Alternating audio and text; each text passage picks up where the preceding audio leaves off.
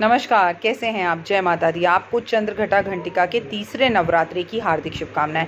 कल हमने आपको कहानी सुनाई थी कि किस तरह से पार्वती माँ ने शिव को पति के रूप में पाने के लिए कई हज़ारों वर्षों तक 300,000 वर्ष तक तपस्या की। मूल मतलब उन्होंने बेलपत्र वगैरह खाए। लेकिन आज मैं आपको आगे की कहानी बताती हूँ कि आगे क्या हुआ।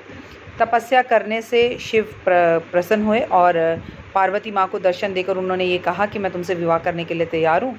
तो अब उनके घर में, हिमालय के घर में, उन्हें दूल्हा बनकर बारात लेके आना था।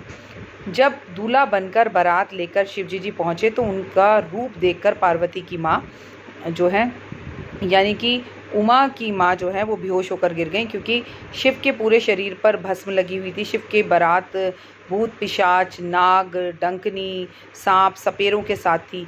ये देखकर उनकी सहेलियाँ, सखियाँ और माँ बेहोश हो गई। पार्वती माँ सब समझ गईं और पार्वती माँ ने भी शिव की तरह एक क्रूर रूप धारण कर लिया। वो रूप था चंद्रघटा घंटिका का। और ये देखकर शिव ने उनसे कहा कि ये तुमने क्या रूप धारण कर लिया? तो उन्होंने कहा, मैं तुमसे बहुत प्यार करती हूँ और आपको मैंने तपस्या के बाद पाया है।